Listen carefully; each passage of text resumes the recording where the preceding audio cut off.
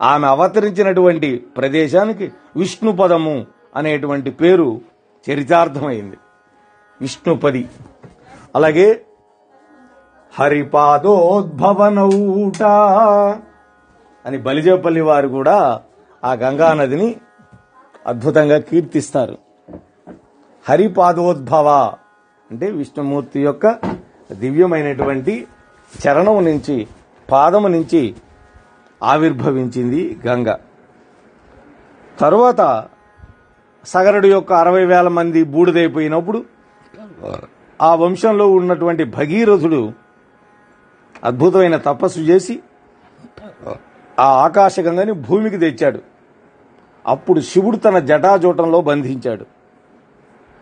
అంటే గంగకి ఎందుకు పవిత్రత వచ్చింది అంటే, మొదటిది విష్ణుమూర్తి పాదంలోంచి పుట్టడం, రెండవది పరమేశ్వరుడి యొక్క శిరస్సు మీద పడి ఆయన యొక్క అంగాంగాలు తడుపుతూ భూమి మీదకు వచ్చింది. శివకేశవులు ఇద్దరికీ ప్రీతిపాత్రం. వాళ్ళిద్దరి దేహాలను స్పృశించగలిగిన శక్తి గంగకు ఉంది కాబట్టి ఆమెకి అంత అద్భుతమైనటువంటి కీర్తి వచ్చింది. అందుకని గంగా గంగా గంగా అని 3 సార్లు నామస్మరణ చేసినంత మాత్రాన గంగా నది స్నాన ఫలితం వస్తుంది అని పెద్దలు చెబుతారు. తర్వాత ఉత్తానపాదుని యొక్క కుమారుడు ధ్రువుడు గొప్ప విష్ణు భక్తుడు. విష్ణుదేవుడి యొక్క పాదపద్మాల పుప్పుడిని శిరస్సును ధరించి ఇప్పటికీ కూడా మేరుపర్వత శిఖరం మీద శాశ్వతుడై వెలుగొందుతున్నాడు. ఆయనకు వరం ఇచ్చాడు ధ్రువ నక్షత్రంగా వెలుగొందమని విష్ణుమూర్తి. అతడి ప్రభావం ఎరిగినటువంటి సప్తఋషులు సర్వలోక హితం కోరి, వాళ్ళు కూడా నక్షత్ర రూపాల్లో ఉంటారు సప్తఋషులు, నిత్యము కూడా ఆ ధ్రువ నక్షత్రానికి ప్రదక్షిణ చేస్తూ ఉంటారు. ధ్రువ నక్షత్రం ఎప్పుడూ కదలదు. ధ్రువము అంటే కదలనిది అని, అది ఎప్పుడు అక్కడే ఉంటుంది. ఈ గంగానది తపస్సులకు సిద్ధిప్రదాయని. ఆకాశరంధ్రం నుంచి కిందికి దుమ్ముతున్న ఈ నదిని కైలాస నిలయుడు అంటే శివుడు తన జటాజూటంలో బంధించి వేగం తగ్గించాడు. 4 ప్రధాన నదులైనటువంటి మేరు పర్వతానికి 4 దిక్కులా ప్రవహించాయి. కట్ట కడపటికి నదీ వల్లభుడైన సముద్రుని కలుసుకున్నాయి 4 నదులు. అవి ఏంటో తెలుసా? సీత, అలకనంద, చక్షువు, భద్ర. ఈ 4 నదులు చక్కగా ఒకటై సముద్రంలో కలిసినాయి. వీటిలో సీతానది బ్రహ్మనగరం నుంచి తూర్పుగా బయలుదేరింది. గంధమాదన పర్వతం మీద దిగి భద్రాశ్వ వర్షాన్ని పరిపూతం చేసి లవణ సముద్రంలో కలిసిపోయింది. రెండవది చక్షుర్ నది పడమరగా ప్రవహించి మాల్యవంతం మీదకి దిగి కేతుమాల వర్షాన్ని సుసంపన్నం చేసి సముద్రంలో కలిసింది. మూడవది అలకనంద దక్షిణ దిశగా బయలుదేరి హేమకోటాద్రి మీదకి దిగి అంటే హిమవత్ పర్వతం మీద అతి వేగంగా భరత వర్షంలోకి వచ్చి మన దగ్గరికి దక్షిణ సముద్రంలో కలిసింది. ఈ నదిలో స్నానం చేసిన మానవులకు రాజసూయ అశ్వమేధ యజ్ఞాలు చేసిన ఫలం ఇట్టే లభిస్తుంది. ఇక 4వది ఉందే భద్రావతి నది. భద్రా నది ఉత్తర దిశగా శృంగవత్ పర్వతం మీదకి దిగి కురు వర్షంలో అంటే కురుభూములు, ఉత్తర కురుభూములు అంటారు, పాడి పంటలు వెల్లార్చి సముద్రంలో కలుస్తోంది. ఇవే కాకుండా ఈ దేశాలలో అంటే ఈ వర్షాలలో, వర్షము అంటే దేశం, నదీ నదాలు చాలా ప్రవహిస్తున్నాయి. వాటిలో ఎక్కువ భాగం మేరు పర్వతం నుంచి ఆవిర్భవించినవే. నారద మొత్తం 9 వర్షాలు చెప్పా కదా, వీటిలో భరతవర్షం ఒక్కటే కర్మక్షేత్రం అంటున్నారు. మనం నివసించేదే కర్మభూమి, వేదభూమి. తక్కిన 8 దేశాలు భోగభూములు.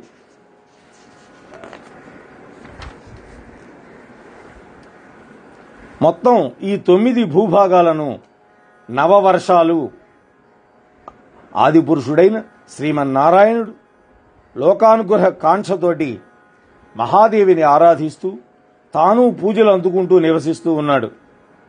ఏకాగ్రచిత్తుడై ఆత్మవ్యూహంతో సన్నిధి చేసుకుంటున్నాడయా అన్నాడు. అలాగే ఇలావృతం గురించి చెప్తున్నాడు. ఇలావృతంలో శివుడొక్కడే దేవుడు, మరి ఇంకెవరికీ ప్రవేశం లేదు. అతడు బ్రహ్మదేవుడి యొక్క అక్షికోళం నుంచి ఆవిర్భవించాడు. రుద్రుడు అంటాం ఆయన్ని. భవానీ శాపం వల్ల అక్కడ పురుషుడు స్త్రీగా మారిపోతూ ఉంటాడు ఆ ప్రదేశంలో.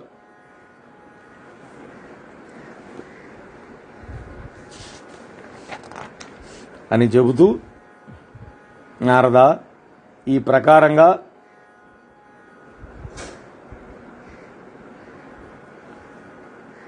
భద్రశ్రవసులు అందరూ కూడా ఆ భగవానుణ్ణి ఆరాధించి గుణ సంకీర్తన చేసి ఆ విష్ణుమూర్తిని తరిస్తూ ఉంటారయ్యా. ఈ చరిత్రని చదివిన వాళ్ళు, విన్నవాళ్ళు, చెప్పిన వాళ్ళు ప్రాపంచికమైనటువంటి సమస్త దోషాలని పోగొట్టుకొని దేవీలోక నివాసాన్ని పొందగలుగుతారు అని ఒక అద్భుతమైనటువంటి ఫలశ్రుతిని కూడా మనకి ఇచ్చారు. తరువాత నారద మహర్షి ఈ భారతవర్షం యొక్క విశిష్టత చెప్పండి అని అడిగాడు. అంటే మనం ఉండేదే భారతవర్షం అనుకున్నాం కదా. భారతవర్షంలో నేనే ఆది పురుషుణ్ణి, నువ్వే నా భక్తుడివి నారదా అన్నాడు నారాయణ మహర్షి. ఎందుకని? భారతవర్షంలోనే ఉంది బదరికాశ్రమం, ఆ హిమవత్ పర్వత ప్రదేశాల్లో. నువ్వు అలనాడు ఓం నమో భగవతే ఉపశమశీలాయ ఉపరతాత్మనాయ నమః కించిన్న విత్తాయ ఋషి వృషభాయ నరనారాయణాయ పరమహంస పరమగురవే ఆత్మా రామాధిపతయే నమః అని నన్ను స్తోత్రం చేశావు. నరుణ్ణి నారాయణ్ణి కలిపి చేశాట స్తోత్రం. ఓ నారాయణ రూప, ఈ సృష్టి స్థితి లయాలకు కర్తవయుండి వాటిలో నువ్వు బంధింపబడవు. దేహధారివైనా కూడా దేహాంతం లేనివాడివి. ఇది యోగేశ్వరుడైనటువంటి నీ యోగ నైపుణ్యం. మా తండ్రి బ్రహ్మ చెప్పినట్లు నిర్గుణుడు అయినటువంటి నీయందు అంతిమ కాలంలో మనస్సును లగ్నం చేసిన భక్తుడు ఆ కళేబరాన్ని విడిచి భవబంధ విమోచనం పొందుతాడు అన్నాడు. అదే భగవద్గీతలో చెప్పింది. అంత్యకాలే చ మామేవ స్మరన్ ముక్త్వా కళేబరం అన్నాడు భగవద్గీతలో. అంటే అంత్యకాలంలో కూడా, ఇది అర్థం చేసుకోవాలి. చాలా మంది అనుకుంటారు ఆ చచ్చిపోయేటప్పుడు అప్పుడు అనుకుంటే చాలు భగవన్నామం అని. అప్పుడు భగవన్నామం రమ్మంటే రాదు, నోటి వెంట కఫం అడ్డం పడిపోతుంది. అప్పుడు కుదిరే పని కాదు అది. మరి ఎప్పుడు? చిన్నప్పటి నుంచి శరీరానికి అలవాటు చేయాలి, మనస్సుకు అలవాటు చేయాలి, బుద్ధికి అలవాటు చేయాలి. లేచినా కూర్చున్నా ఏం చేసినా భగవంతుడి యొక్క నామాన్ని స్మరించుకుంటాం అలవాటు చేసుకోవాలి. ఇప్పటికీ మన పెద్దవాళ్ళు రామరామ అంటారు, కృష్ణ కృష్ణ అంటారు, గోవింద అంటారు. కూర్చున్నా లేచినా ప్రహ్లాదుడు కూడా అదే చెప్పాడు కదా. పానీయంబులు త్రావుచున్ గుడుచుచున్ సంతత హరినామస్మరణ సంధానుండై మరచన్ ఏతత్ విశ్వమున్ భూవరా అంటాడు. కాబట్టి ఏం చేస్తున్నా కూడా భగవన్నామే. తింటున్నా, కూర్చున్నా, తాగుతున్నా, పడుకున్నా, ఆడుకుంటున్నా, దేంటోనైనా సరే. కాబట్టి చిన్నప్పటి నుంచి అలవాటు చేస్తే పెద్ద అయిన తర్వాత నువ్వు వద్దన్నా కూడా ఆగదది. చక్కగా నువ్వు భగవంతుడి యొక్క నామాన్ని స్మరించగలుగుతావు, ఆయన దగ్గరికి వెళ్ళగలుగుతావు. నాయన నారద, ఈ భారతవర్షంలో ఉన్న నదులు, కొండలు, పర్వతాలు, వాటి గురించి తెలుసుకో అన్నాడు. మలయ పర్వతం, మంగళప్రస్థం, మైనాకము, చిత్రకూటము, వృషభము, కుటకము, కోల్ల, సహ్యపర్వతం, దేవగిరి, ఋష్యమూకం, శ్రీశైలం, వెంకటాద్రి, మహేంద్ర పర్వతం, వారిధార పర్వతం, వింధ్య పర్వతం, వృక్షపర్వతం, పారియాత్రము, ద్రోణ పర్వతం, గోవర్ధనగిరి, రైవతక పర్వతం, కుకుభ పర్వతం, నీల పర్వతం, గౌరముఖ పర్వతం. ఈ నీల పర్వతం అంటే ఒరిస్సా దగ్గర ఉండేది, ఆ భువనేశ్వర్ దగ్గర నీలాంజనం అంటారు దాన్ని. అక్కడే సుభద్రా సమేతుడైనటువంటి శ్రీకృష్ణ పరమాత్మ ఉన్నాడు, బలభద్రుడు అందరు కలిసి. పురీక్షేత్రం, ఇంద్రకీలం, గౌరముఖం, కామగిరులు, ఇవన్నీ కూడా ముఖ్యమైన పర్వతాలు. ఇంకా చాలా ఉన్నాయి అని అంటూ నదుల పేర్లు చెబుతున్నాడు. తామ్రపర్ణి, చంద్రవశ, కృతమాల, వటోదక, వైహాయసి, కావేరి, వేణ, పయస్విని, తుంగభద్ర, కృష్ణవేణి, గోదావరి, భీమరథి, నిర్వింఛ, పయోష్టిక, తాపి, రేవ, సురస, నర్మద, సరస్వతి, చర్మణ్వతి, సింధు, మహానది, ఋషికుల్య, అత్రిసమ, వేదస్మృతి, కౌశికి, యమున, మందాకిని, దృషద్వతి, గోమతి, సరయు, రోధవతి, సప్తవతి, సుషోమ, శతద్రు, చంద్రభాగ, వితస్త, అసిక్రి, విశ్వ, ఇవన్నీ కూడా నదులు. ఇవి కాక ఇంకా చాలా చిన్న చిన్న నదులు కూడా ఉన్నాయి. అందుకనే మనం సంకల్పం చెప్పుకునేటప్పుడు కూడా గంగే చ యమునే చైవ గోదావరి నర్మదే సింధు కావేరి జలేస్మిన్ సన్నిధిం కురు అని మనం చెప్పుకొని ఆ 7 నదులని మనం ఉపయోగించే నీటిలోకి ఆవాహనం చేసి పూజ చేసుకుంటాం. అదే మన భారతీయ సంస్కృతి, వారసత్వ సంపద. ఈ భారతవర్షంలో జన్మించిన వారు శుక్ల, లోహిత, కృష్ణ వర్ణాలలో ఉంటారు. అంటే తెలుపు రంగులో ఉంటారు, తెలుపు ఎరుపు మిశ్రితంగా ఉంటారు, నల్ల రంగులో ఉంటారు. నారద, ఈ భరతవర్ష వాసుల యొక్క అదృష్టమే అదృష్టం. శ్రీహరి స్వయంగా ప్రసన్నుడై వీరికి తన పట్ల భక్తి స్పృహ కలిగిస్తూ ఉంటాడు. దుష్కరమైన తపస్సులు, యజ్ఞాలు, వ్రతాలు ఇవేమీ అవసరం లేకుండానే శ్రీమన్నారాయణుడు వీరికి పిలిస్తే చాలు పలుకుతాడు. భక్తితో ఒక్కసారి స్మరిస్తే చాలు క్షణంలో అభయం అందిస్తాడు. అదే రామాయణంలో చెప్పాడు విభీషణ శరణాగతి విషయంలో. సకృదేవ ప్రపన్నాయ తవాస్మీతి చయాచతే అభయం సర్వభూతేభ్యః దదామి ఏతత్ వరం ఏతత్ వ్రతం మమ. ఒక్కసారి రామా నేను నీ వాడిని అంటే చాలుట, వాడిని సర్వభూతముల నుండి రక్షిస్తానని నా వ్రతం అని చెప్పాడు. ఆ రాముడే విష్ణుమూర్తి. కాబట్టి ఎక్కడెక్కడో పుట్టి ఏం లాభమయ్యా? భరతవర్షంలో జన్మించడమే ఒక గొప్ప వరం. అది మనం మర్చిపోతున్నాం. అమెరికాలో పుట్టలేదే అని ఇక్కడ పుట్టి కూడా అక్కడికి వెళ్ళి మన దేశాన్ని తిట్టుకుంటూ అక్కడ ఆ దేశ నామాలు జపిస్తున్నాం. ఆ దేశాల్లో పుట్టిన వాళ్ళకి అది కర్మభూమే తప్ప అక్కడ మోక్షభూమి కాదది. తరించేదానికి అవకాశం లేదు ఆ భూముల్లో. తెలుసుకుంటే మంచిది. మనం భారతవర్షంలో జన్మించినటువంటి వాళ్ళు అదేమి చిత్రమో జన్మరాహిత్యం కోసం ప్రయత్నించరు. మళ్లీ భరతవర్షంలోనే కనీసం వృక్షాలుగానైనా జన్మించాలని ఎత్తిరిస్తూ ఉంటారు. ఈ నేలతో ఏర్పడే బంధము, అనుబంధం అలాంటిది అన్నాడు. అది మన భూమి యొక్క గొప్పతనం. నారద మహర్షి ఈ జంబూ ద్వీపానికి స్వర్ణప్రస్థ, చంద్రశుక్ల, ఆవర్తన, రమమాణ, మందర, హరిణ, పాంచజన్య, సింహళ నామాలతోటి 8 ఉపద్వీపాలున్నాయి. ఈ సింహళ ద్వీపాన్ని లంక అని కూడా అంటారు. ఇప్పటికీ ఉంది మన కింద బుడంకాయలాగా.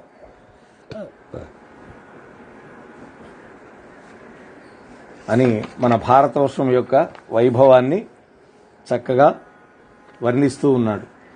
అలా వర్ణించి తరువాత అటుపైన ఆకాశంలో ఉండేటటువంటి సూర్య, చంద్ర గ్రహాలు వాటి యొక్క గతి భేదాలని వివరిస్తూ ఉన్నాడు నారాయణ మహర్షి. నాయన నారద, ఈ బ్రహ్మాండానికి మధ్యలో సూర్యుడు ఉంటాడు. ఆ సూర్య అండానికి భూగోళానికి మధ్య 25 కోట్ల యోజనాల దూరం ఉంది. అంటే 25 కోట్ల యోజనాల దూరం. మృతమయమైనటువంటి అండం నుంచి పుట్టాడు కాబట్టి సూర్యుణ్ణి మార్తాండు అన్నారు. మార్తా అంటే మృతించిన, అండము అంటే గుండ్రంగా ఉండేటటువంటి గుడ్డు లాంటిది, అందుకని మార్త అండు అని పేరు వచ్చింది. అలాగే హిరణ్యాండం నుంచి అంటే బంగారు గుడ్డులో నుంచి ఆవిర్భవించాడు కాబట్టి హిరణ్య గర్భుడు అని కూడా ఆయనకి పేరుంది సూర్యుడికి. ఈ సూర్యుడి వల్లనే ఈ బ్రహ్మాండంలో ఆకాశమని, దిక్కులని, భూమి అని, స్వర్గమని, నరకమని, పాతాళమని విభజనలు ఏర్పడుతూ ఉన్నాయి. సకల జీవకోటికి సూర్యుడే ఆత్మ, సూర్యుడే చూపు, సూర్యుడే వెలుగు, సూర్యుడే ఈశ్వరుడు. ఈశ్వరుడు అంటే శివుడని కాదు. పురాణంలో ఎక్కడైనా ఈశ్వరుడు అని వస్తే నియామకుడు అంటే పరిపాలకుడు అని. నారదా, ఇదంతా భూమండల సన్నివేశం. దీనికి ఊర్ధ్వ భాగంలో ఉన్న దానిని దివము అంటారు, అంటే ఆకాశము అని. ఇది 2 దళాల చిగురు, 2 చేటల జంట. ఈ మధ్యలో శూన్యమే అనుసంధానం. రెండిటికి నడిమి భాగాన శూన్య అనంతరాళంలో సూర్య భగవానుడు ఉంటాడు. తన వెలుగులతో 3 లోకాలని ప్రకాశింపజేస్తూ ఉంటాడు. ఉత్తరాయణంలో సూర్యుడు గతిమాంద్యం పొందుతాడు. అది ఆరోహణ స్థానం. అందుకని పగటి పూటలు దీర్ఘంగా ఉంటాయి, అంటే పగల సమయం ఎక్కువగా ఉంటుందని ఉత్తరాయణంలో. దక్షిణాయనంలో ఇప్పుడు జరుగుతోంది దక్షిణాయనమే మనకి. దక్షిణాయనంలో కూడా దాదాపు 4 నెలలు పూర్తవుతున్నాయి. సూర్యుడి యొక్క గమన వేగం సాగుతుంది, వేగంగా సాగుతుంది. దీన్ని అవరోహణ స్థానం అంటారు. అందుకని పగటి పూటల యొక్క నిడివి తగ్గుతుంది. కానీ విషువత్తులలో మాత్రం సమగతిలో ఉంటాడు సూర్యుడు. విషువత్తులు అంటే పగలు రాత్రి 2 సమానంగా ఉండే సమయాన్ని విషువత్తులు అంటారు. ఇవి మనకి డిసెంబర్లో, జూలైలో వస్తాయి.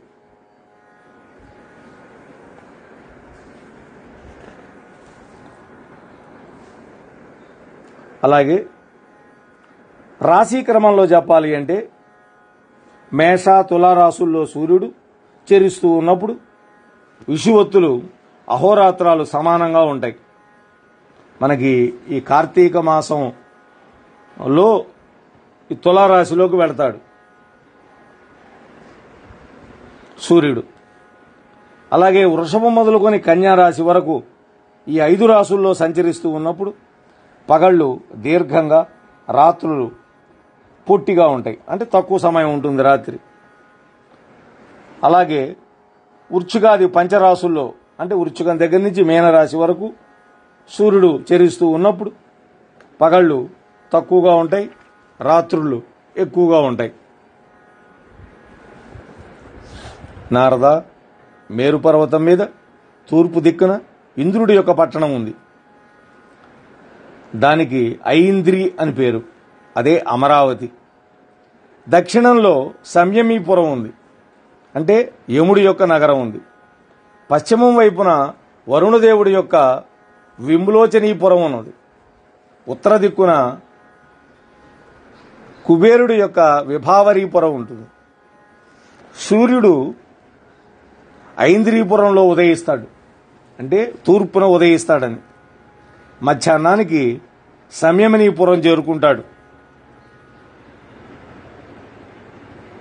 అక్కడి నుంచి నిములోచనీపురంలో నిమీలనం చెందుతాడు, అంటే అస్తమిస్తాడు. అలాగే విభావరీపురంలో రాత్రి అంతా గడుపుతాడు. ఇలా ఈ 4 పట్టణాలు సూర్యుడి యొక్క గమనానికి నిమిత్తాలు.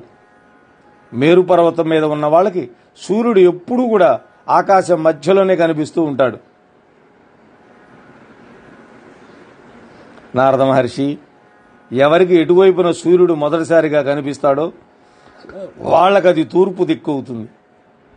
ఎటువైపున తిరోధానం చెందుతాడో అంటే అస్తమిస్తాడో అది పడమర దిక్కు అవుతుంది. నిజానికి సూర్యుడికి ఉదయం లేదు, అస్తమయం లేదు. దర్శన అదర్శనాలను బట్టి వీటిని మనం కల్పించుకున్నాం. అంటే మనకు కనిపించే దిక్కును తూర్పు అన్నాం, సూర్యుడు అస్తమించే దిక్కుని పడమర అని మనం కల్పించుకున్నాం. అంతే తప్ప సూర్యుడు ఎప్పటికీ అస్తమించడు, ఉదయించడు. అంటే ఏదో ప్రదేశంలో ఉంటాడు సూర్యుడని. ఇప్పుడు మనకు రాత్రి అయితే అమెరికాలో పగలవుతోంది కదా, అక్కడ ఉన్నాడు కదా సూర్యుడు, అదే దాని అర్థం. అన్ని ద్వీపాల వారికి మేరు పర్వతం ఉత్తర దిశలోనే ఉంటుంది. సూర్యుడి యొక్క దర్శనాలను బట్టి తూర్పు పడమరలు ఏర్పడితే సూర్యుడికి ఎడమ భాగంలో మేరు పర్వతం ఉంది అని పెద్దల నిర్ణయం.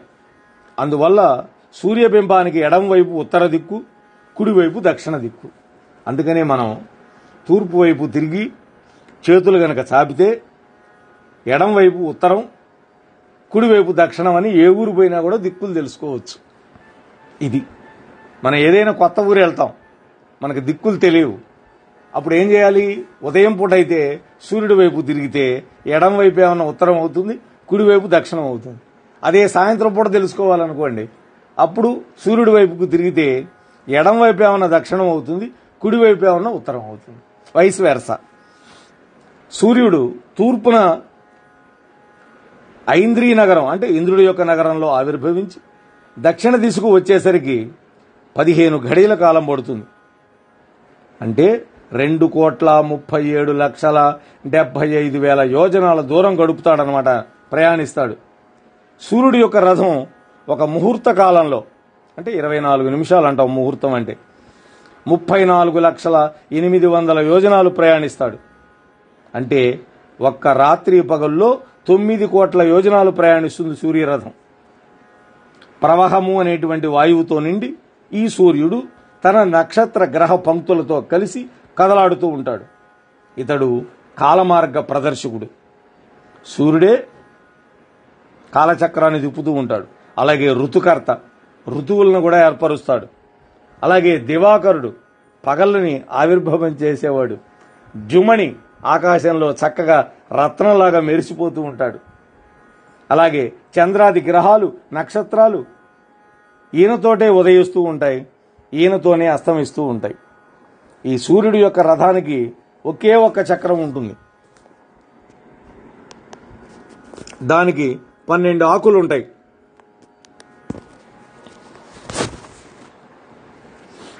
ఆ 12 ఆకులు 12 నెలలు అని మనం అర్థం చేసుకోవాలి.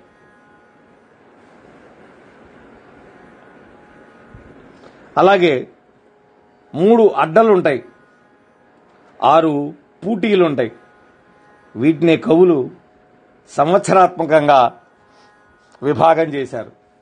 అంటే 3 అడ్డలు, 3 ఋతువులు, 3 కాలాలు, 6 పూటీలు ఉంటాయి అనుకున్నాం అంటే 6 ఋతువులు అని అర్థం చేసుకోవాలి. 3 కాలాలు అంటే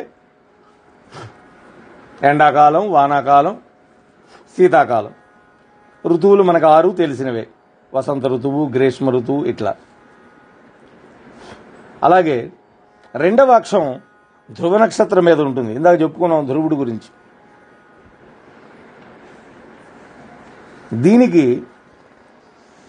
అంటే ఈ సూర్యుడి యొక్క రథానికి సప్త ఛందస్సులే 7 గుర్రాలుగా ఉంటాయి. అంటే అనుష్టుప్ అని, గాయత్రి అని ఇట్లా ఛందస్సులు ఉన్నాయి.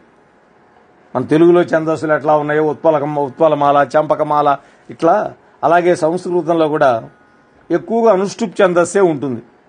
మనకు రామాయణం, విష్ణు సహస్రనామం ఇవన్నీ అనుష్టుప్ ఛందః అని మనం చదువుకుంటాం కదా. అంటే 32 అక్షరాలు ఉంటాయన్నమాట అనుష్టుప్ ఛందస్సులో. గరుత్మంతుడి యొక్క అన్నయ్య అయినటువంటి అరుణుడు ఈ సూర్యుడి యొక్క రథానికి సారథి. దీనికి కాడి ఉందే, ఆ కాడికి రథానికి మధ్యలో ఉండే భాగం 36 లక్షల యోజనాలు పొడుగుంటుంది. చూడండి ఎంత రథం అది. బొటన వేలంత ఆకారం కలిగినటువంటి మహర్షులు ఉన్నారు. వాళ్ళ పేరు వాలకిల్యులు. 60,000 మంది వాళ్ళు ఈ రథంలో ఉండి నిరంతరం సూర్యుడిని వేదమంత్రాలతోటి స్తోత్రం చేస్తూ ఉంటారు. వాలకిల్యులు అంటారు వాళ్ళని.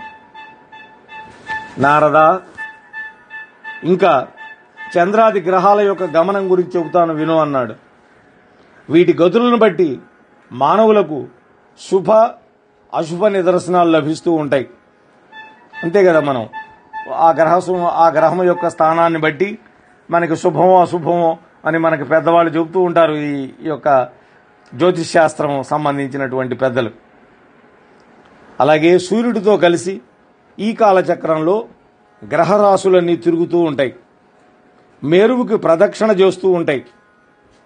అందుకనే మన సంకల్పంలో కూడా మేరోహ దక్షిణ దిగ్భాగే అని మనం చెప్పుకుంటాం ఈ భరతవర్షాన్ని. సూర్యుడు కాలచక్ర గదుడై 12 రాశులలో సంచరిస్తూ 12 నెలలు కల్పిస్తున్నాడు. సూర్యుడు సంక్రమిస్తాడు ఒక రాశి నుంచి ఒక రాశికి. దాన్ని సూర్య సంక్రమణము అంటాం. మనం మామూలుగా ఎక్కువగా ధనుస్సు సంక్రమణం తెలుసు మనకి, అలాగే మకర సంక్రమణం. కానీ తమిళనాడు వాళ్ళైతే వాళ్ళు సౌరమానం పాటిస్తారు కాబట్టి ఈ 12 వాళ్ళకి సూర్యమాసాలు ఉంటాయి వాళ్ళకి. మనం చాంద్రమానం పాటిస్తున్నాం కాబట్టి పౌర్ణమి రోజు చంద్రుడు ఏ నక్షత్రంతో కలిసి ఉంటాడో ఆ నెలకు ఆ పేరు వచ్చింది. చిత్తా నక్షత్రంతో ఉంటే చైత్రం అని పేరు అన్నమాట. అట్లా అన్నమాట. ప్రతి మాసానికి శుక్లపక్షం, కృష్ణపక్షం అని 2 ఉంటాయి.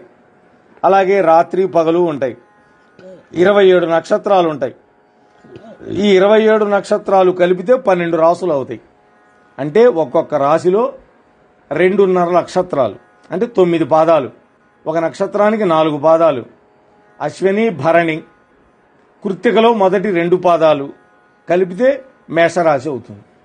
అలా లెక్కేసుకుంటూ పోతే మొత్తం 9 పాదాలు ఒక రాశిలో ఉంటాయి. 12 × 9 12 9లు 108. ఇది 108 యొక్క అంకె యొక్క గొప్పతనం. అందుకనే మనం అష్టోత్తర శతనామావళి అనేది వచ్చింది అంటే ఇదే కారణం. అంటే 27 నక్షత్రాలకి కలిపి ఒక్కొక్క నక్షత్రానికి 4 పాదాల చొప్పున మొత్తం 108 పాదాలు ఉంటాయి. ఈ 108 పాదాలు 12 రాసుల్లో ఉంటాయి. అందుకనే 108 1 8 కలిపితే 9 పూర్ణ సంఖ్య. ఇది గుర్తుపెట్టుకోవాలి. అందుకని 108 నామాలతోటి మనం పూజలు చేస్తాం. అలాగే 3 ఋతువులు ఉన్నాయి. ఒక అయనం ఉంది. అంటే ఉత్తరాయణం, దక్షిణాయనం అనేటువంటి సంవత్సరానికి 2 విభాగాలు ఉంటాయి అన్నమాట.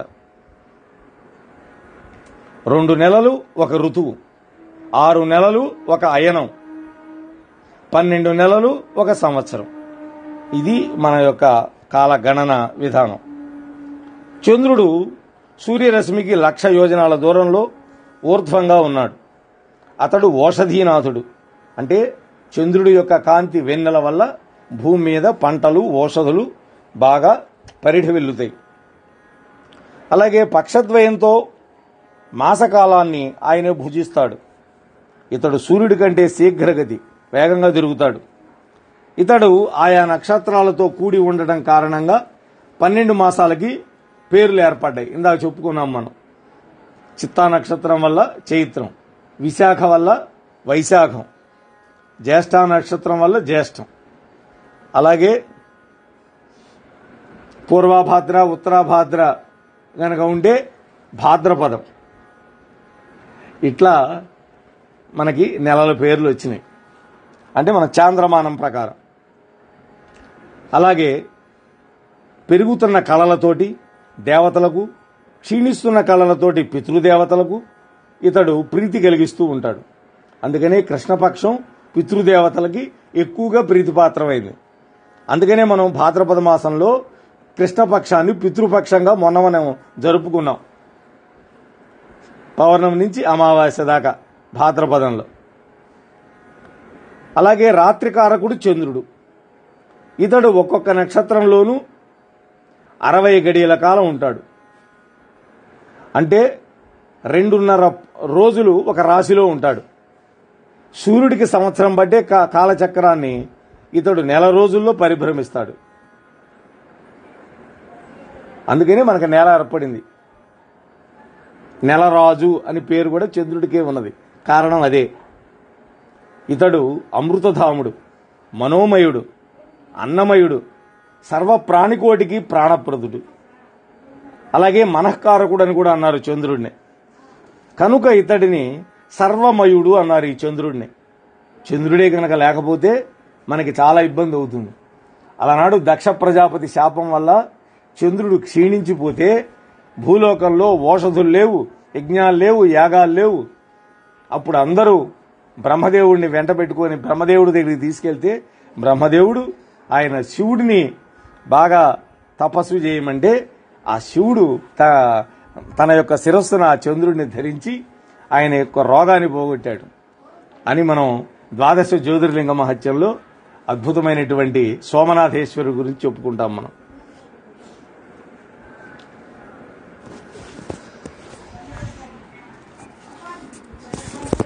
అలా ఈ అద్భుతమైనటువంటి కాలచక్రాన్ని మనకి వివరిస్తూ ఉన్నాడు.